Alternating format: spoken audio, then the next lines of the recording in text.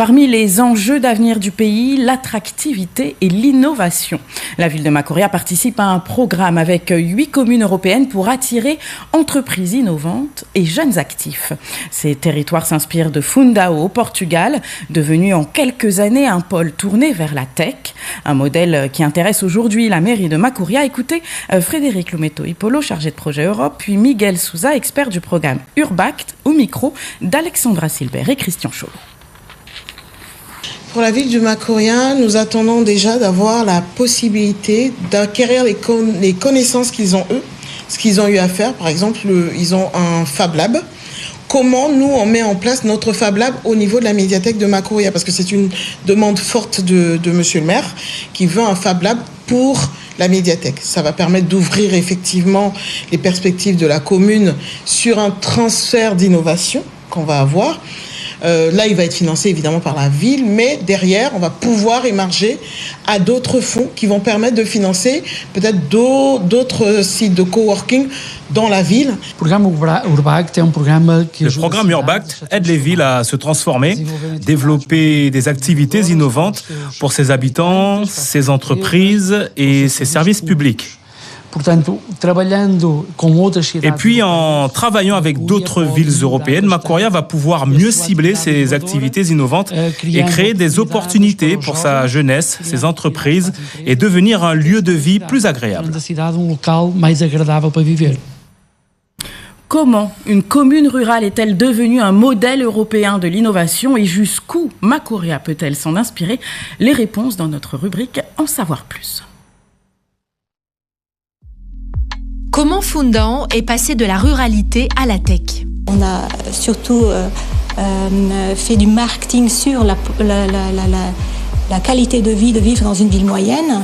Et aussi, comme la municipalité avait beaucoup d'édifices publics vacantes, on a donc attiré ce genre d'entreprise. La première a été Altran, qui est une grosse boîte française de consulting high-tech. Donc elle est venue s'installer comme expérience avec 20 personnes. Et en 10 ans, de ces 20 personnes, ont passé plus de 1000 ingénieurs informatiques, mais aussi attiré d'autres entreprises comme IBM, Readiness IT, Hightech One, etc. Quel est le potentiel de transformation de Macoria? Déjà, ils ont une bonne connexion Internet avec le Starlink. Donc c'est déjà un plus.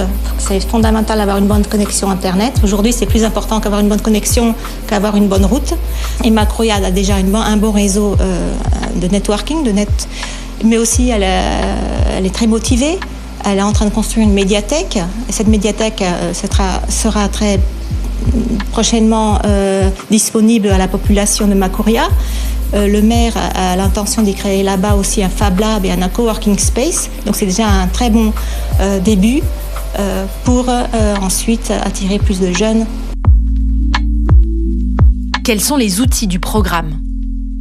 Trouver des solutions avec des idées qui ont déjà été testées par d'autres villes. Donc ça, c'est le permettant aussi d'avoir des échanges entre les villes, mais aussi travailler avec le groupe d'action locale, qui est important parce que les locaux, c'est ceux qui apportent leurs problèmes, leurs solutions, mais aussi en conjuguant les expériences et ce qui a été vu innovant dans d'autres villes. Donc c'est toute une conjugation que le programme permet durant 3 ans de pouvoir apprendre les uns avec les autres, mais aussi de ne pas oublier de travailler avec les locaux. Et pour aller plus loin, nous recevons ce soir Frédéric Lumeto-Ipolo, responsable du service Europe de la ville de Macoria. Bonsoir. Bonsoir. Et merci d'être avec nous. Alors, quand vous regardez ce qu'a réussi Fundao au Portugal, vous pensez que Macoria en est capable? Fundao, sincèrement, on est d'accord que même moi, pour vous dire, quand on m'a dit « tu vas à Fundao », déjà c'est monsieur le maire qui m'envoie un mail. J'ai dit, mais Fundao, qu'est-ce que c'est? Au Portugal, quand je tape sur ma carte, je me dis, mon Dieu, c'est un village. Vous voyez déjà, déjà moi, au milieu du Portugal, je me dis, ça y est, ça va être une catastrophe absolue. 2 heures pour y aller. Et quand on arrive, on redevient très humble. C'est-à-dire qu'on se dit, cette habitude de sous-estimer, parce qu'on se dit, c'est pas possible. Eux, ils l'ont fait. Grâce à des programmes européens comme Urbact et d'autres programmes européens, Je suis arrivée, au final, je suis sortie de là, j'ai dit, ok, c'est bon. On va s'asseoir, on va aller apprendre tranquillement. Déjà. C'est un peu la Silicon Valley de l'Europe. Ce qu'ils ont réussi à faire, personne n'y croyait. Je pense même pas eux.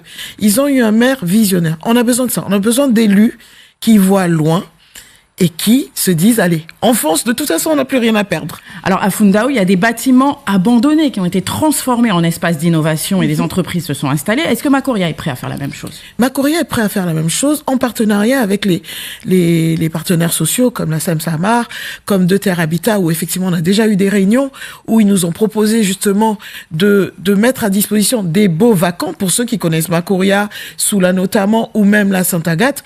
On a bien des beaux commerciaux qui sont parfois vandalisés. Aujourd'hui, c'est de faire avec les bailleurs sociaux, de s'asseoir, de dire, OK, et c'est ce qu'on a déjà commencé à faire, se dire, OK, qu'est-ce qui est disponible et qu'est-ce qu'on peut mettre dedans?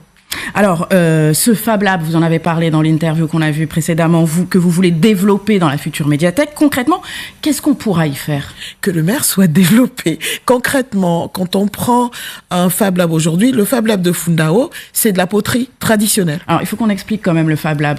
Alors, le Fab Lab, c'est un local d'innovation. C'est-à-dire que on va mettre à disposition, exemple concret, une imprimerie 3D, c'est le cas de Fundao.